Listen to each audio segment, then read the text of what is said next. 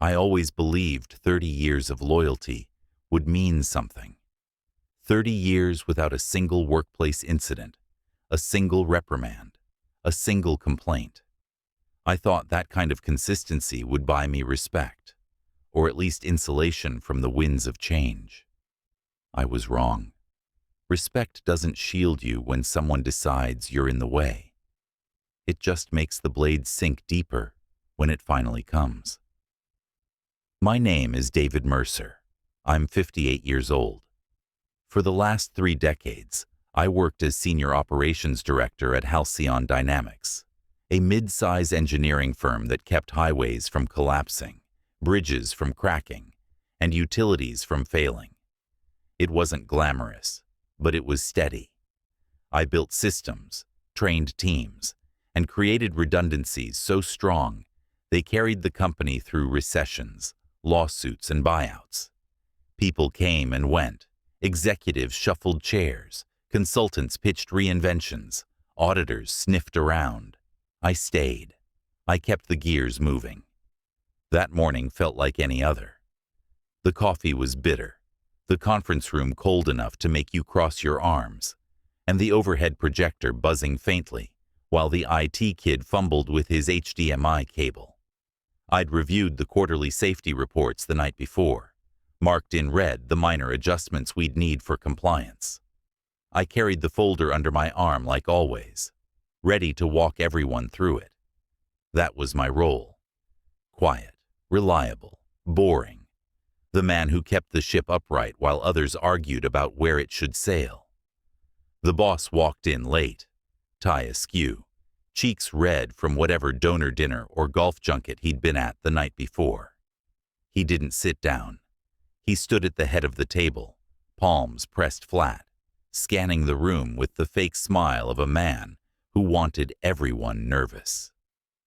I'd seen it before, but this time his eyes found me first. 30 years, he said, loud enough for the whole department to hear. 30 years without an incident. That's something, I suppose. But let's be honest, David. The world's moved on. You're an outdated white male relic in a company that needs to look forward. The words hit with surgical precision. No lead-up, no context, just a knife slipped between ribs in front of a dozen colleagues. Some looked down immediately, ashamed by proxy. A few smirked, hiding behind their laptops. No one spoke. I didn't. He motioned toward the door like he was summoning a prizefighter. A young woman walked in, mid-20s, sharp blazer, smug half-smile that already looked rehearsed. This, he announced, is the future. Fresh perspective, new energy, a voice for progress. He gestured toward my seat, the one I'd sat in for 15 years. She'll be taking over from here. The applause was forced, uneven, embarrassed. She didn't care. She swept past me, dropped her leather bag on the table, and looked around like a queen surveying her court. Then, her eyes cut to me. "I'll need a safe space to operate from," she said. Her voice was cool, brittle. "My office will be the one he's vacating. It has the right energy." My office. The one I'd spent more nights in than my own bedroom. Walls lined with blueprints and charts. 2 file cabinets packed with documentation that only I could decode. She wanted it stripped bare for her comfort. I smiled. It wasn't wide or bright. Just a faint curl at the corner of my mouth, invisible to anyone not watching closely. I slid the folder of safety reports onto the table, nodded once, and stood. The chair creaked as I pushed it back. No protest, no defense, no grand speech about fairness or loyalty. Just quiet. I walked out, steady and unhurried, as if I were late for nothing more than a dentist appointment. The hallway swallowed me, fluorescent lights humming above, footsteps muffled on the industrial carpet. No one followed. No one stopped me. The door closed behind me with a soft click that sounded almost like relief. That's the thing about silence. People mistake it for surrender. They think if you don't fight, you've lost. They don't understand that silence is a weapon sharper than words. I learned that long ago, in smaller wars fought with tighter stakes. The ones who rage burn fast. The ones who wait burn forever. I didn't go home. I drove 3 blocks away, parked in the back corner of a grocery lot, and opened my briefcase. Inside was everything that mattered. External drives filled with project archives, vendor contracts, compliance records, and a dozen bypass codes I'd written myself when corporate insisted on cutting corners. Passwords no one else knew. Procedures no one else understood. The skeleton key to Halcyon's entire operation. She wanted a safe space. She'd find out soon enough that safety isn't found in walls or titles. It's built in systems, in knowledge, in the invisible architecture that holds a company upright. And that architecture was mine. I shut the case and leaned back in the seat, watching the office building from a distance. The windows glowed pale under the morning sun. To them, it looked like progress. To me, it looked like scaffolding with the bolts loosened. I wasn't angry. Not yet. Anger clouds the hand. What I felt was colder, quieter, the weight of patience pressing down like a held breath. I had given them 3 decades. They had given me dismissal and insult. And so I smiled again, faint and private, knowing what they didn't. Every foundation I built has a fault line. Every system I designed has a back door. Every wall they lean on stands because I allow it to. They think I walked out defeated. They have no idea I never left. I kept my distance. That was the first rule. You don't win by charging back through the front door, demanding justice, demanding recognition. That only makes you look like a bitter old man who can't let go. No. I stepped back, became invisible. From the outside, I watched the building I had given 30 years to, the glass panes reflecting clouds as if nothing inside was crumbling. But I knew better. Friends who still worked there fed me whispers, small details that might have seemed meaningless to anyone else. To me, they were cracks in the beams, pressure building in the pipes, fractures that spread faster with every careless step. She couldn't do the job. That much was obvious from the start. The systems I built weren't designed to flatter egos or bend to performance theater. They demanded discipline, precision, hours of work you didn't put on social media. She lasted 3 weeks before filing her first complaint. Not against me, I was gone, but against half the department.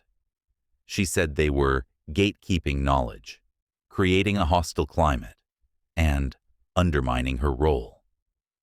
In reality, they were just trying to explain basic compliance procedures she didn't understand. Instead of learning, she turned the blame outward. And the boss let her. He doubled down, shielded her, said she represented the new Halcyon, and anyone who questioned her was questioning the company's future. My friends told me meetings that used to take 30 minutes now stretched for hours, bogged down in accusations and demands. She wanted accommodations, new reporting structures, mandatory workshops. She asked for her own assistant within the first month. When the board raised an eyebrow at the expense, the boss defended her, insisting she was a long-term investment. The investment, of course, was burning money by the hour. I stayed quiet, but quiet didn't mean idle. My fingerprints were still everywhere. Every vendor contract, every compliance clause, every maintenance schedule. Those weren't written by committees. They were written by me. I knew which suppliers could stomach late payments and which would pull out at the first sign of instability. I knew which software systems needed monthly audits to stay functional and which would start coughing up errors if left alone. I knew the back doors, the pressure points, The silent gears no one even remembered existed. So I began, with the smallest trigger. A phone call to a vendor I'd known for 2 decades. Nothing dramatic, just a suggestion that their invoices weren't being prioritized anymore, that other partners were being favored. No lies, just nudges. They pulled back, cut terms shorter, raised eyebrows higher. A ripple, not a wave. Yet inside the building, I heard from my contacts that the boss stormed through the halls, blaming the staff for sloppy procurement, threatening audits that only drained morale further. Next came the maintenance schedule. I'd written the entire sequence myself. Every inspection, every update, every checklist. I knew exactly which corners were easy to cut when someone didn't understand the system. I also knew the kind of errors those cuts would produce. Glitches in project tracking, false compliance alerts, missed deadlines that stacked like dominoes. She walked right into it, and when the alarms started pinging, she turned on everyone else. More complaints, more accusations. She said people were sabotaging her. The irony was sharp enough to taste. All the while, the boss defended her, as though shielding her from reality could bend it into shape. He told the staff that adaptation is uncomfortable, that they had to adjust their mindsets. But the staff weren't adjusting, they were breaking. Good people, steady people, started looking for other jobs. My friends told me one by one they were polishing resumes, sitting through interviews, taking calls on their lunch breaks. The company was hollowing out, and he was too blinded by ideology to see it. I didn't push too hard. Not yet. The point wasn't to bring the house down in a single blow. It was to let them destroy themselves while I loosened the screws one by one. It was to make every hour in that building feel heavier, every meeting more suffocating, every day harder to justify. Silence wasn't just my shield. It was my scalpel.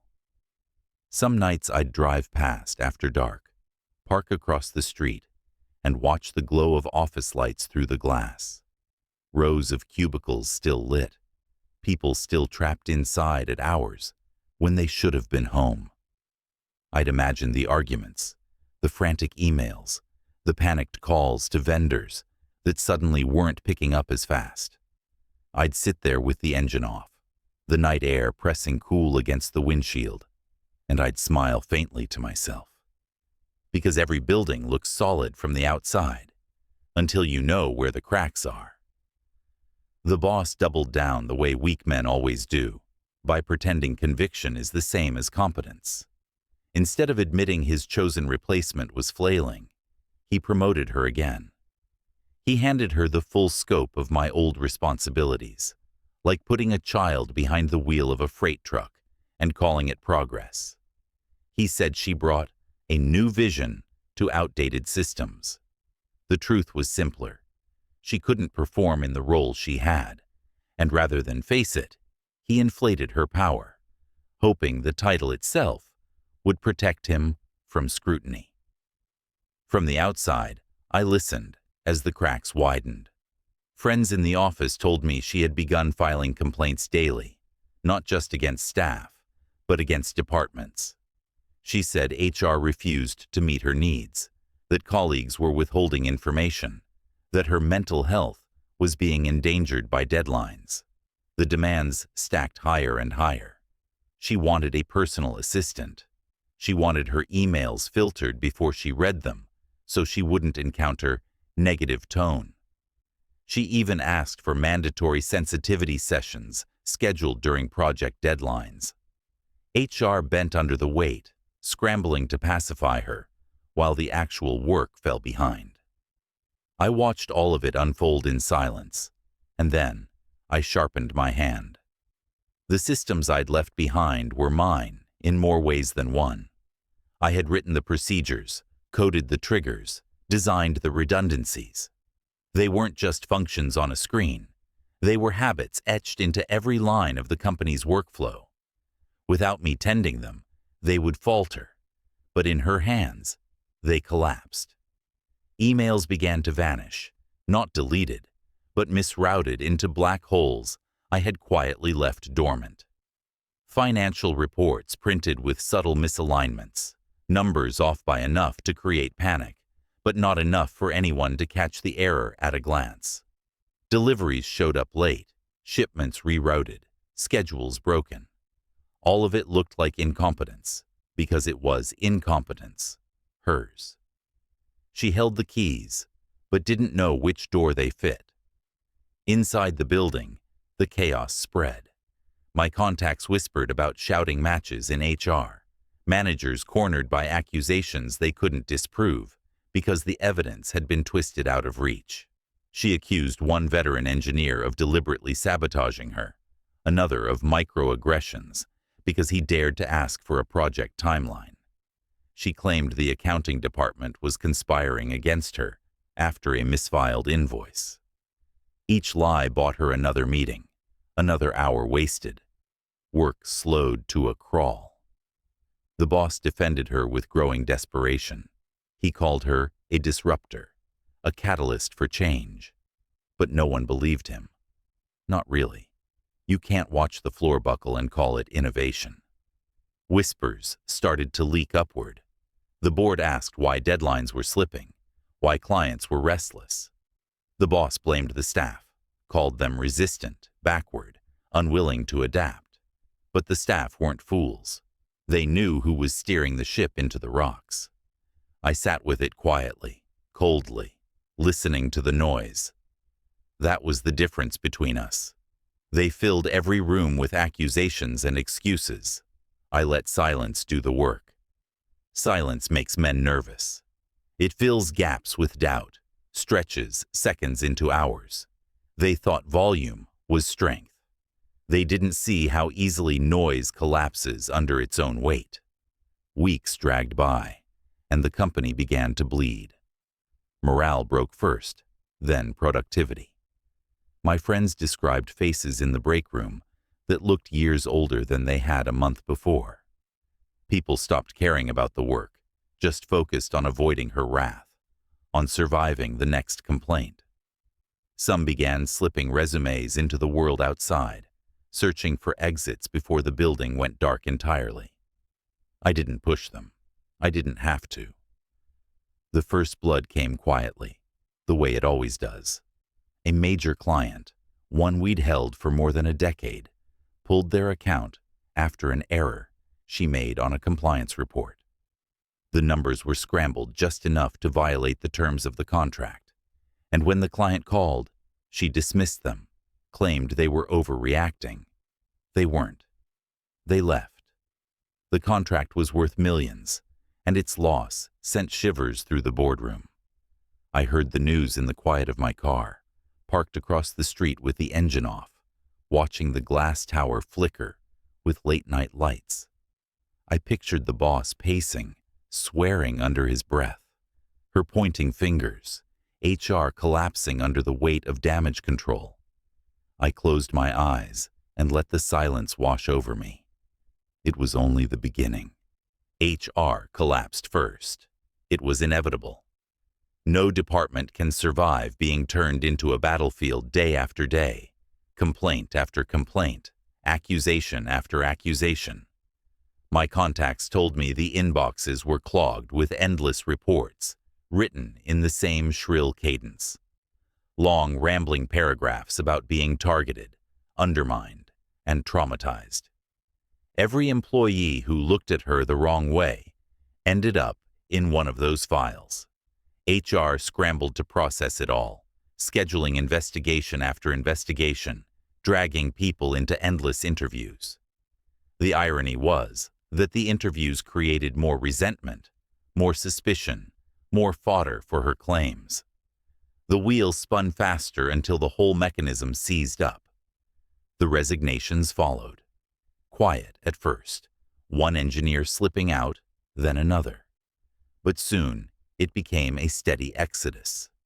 People who had weathered layoffs, recessions, and brutal deadlines suddenly decided they'd had enough. They weren't quitting the work. They were quitting her. I heard that whole teams walked out together, leaving projects half-finished, deadlines abandoned, servers unmanned. The building had once carried a steady hum of productivity.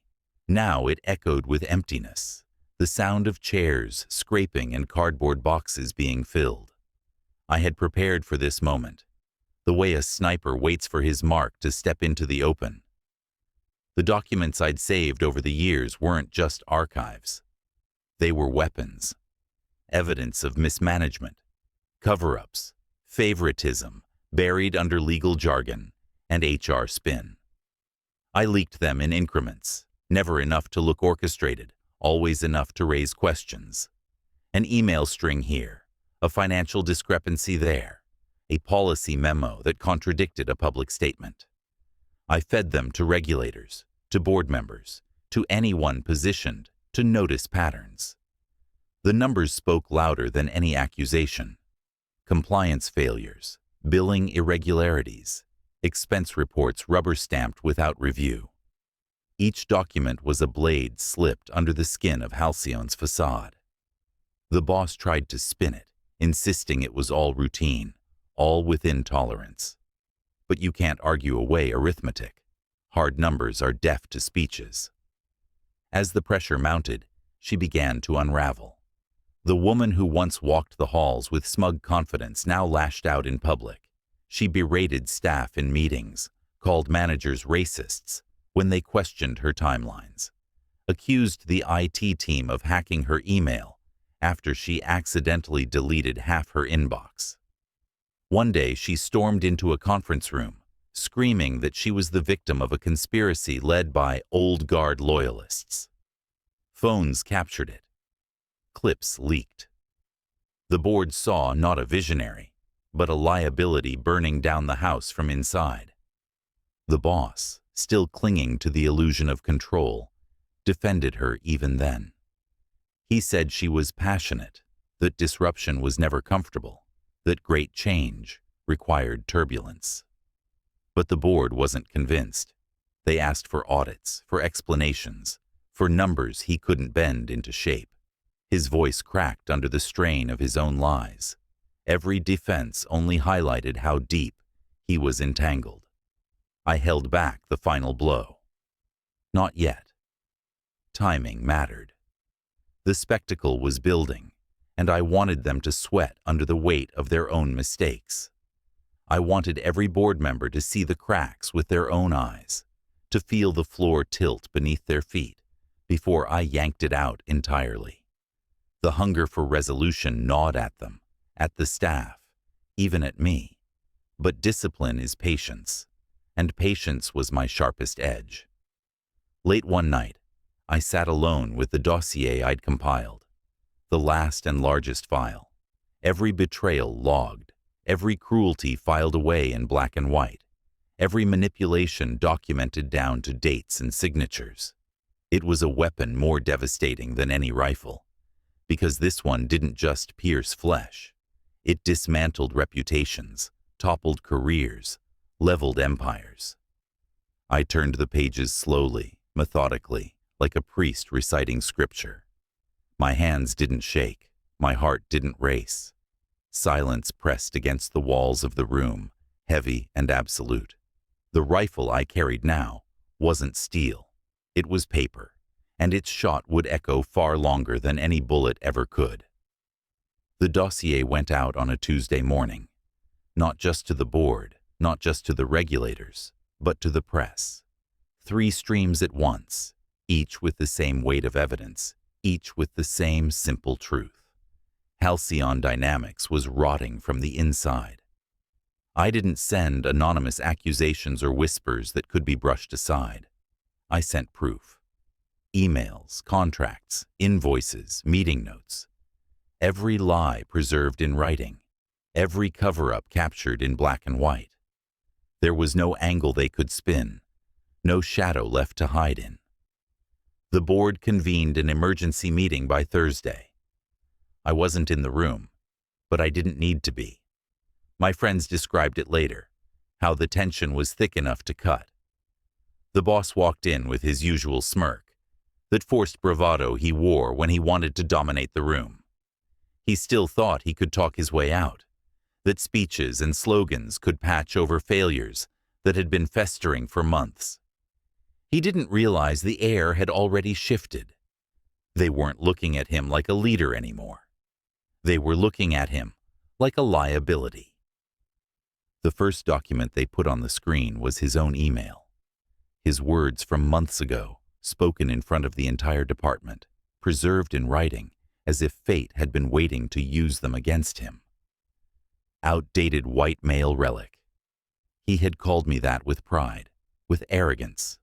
Now it was being read back to him as evidence of discrimination, proof of a hostile environment he had fostered, not fixed. The smirk faltered. He tried to explain, to laugh it off as a joke taken out of context. No one laughed with him. Then came the numbers. Contracts mishandled, budgets overspent, compliance deadlines missed. The board pressed him with questions he couldn't answer, without tying himself into contradictions. Every defense he tried only dragged him deeper. His credibility didn't erode slowly. It collapsed all at once, the way a dam bursts after the first fracture. She didn't fare any better. My dossier had painted her in perfect clarity.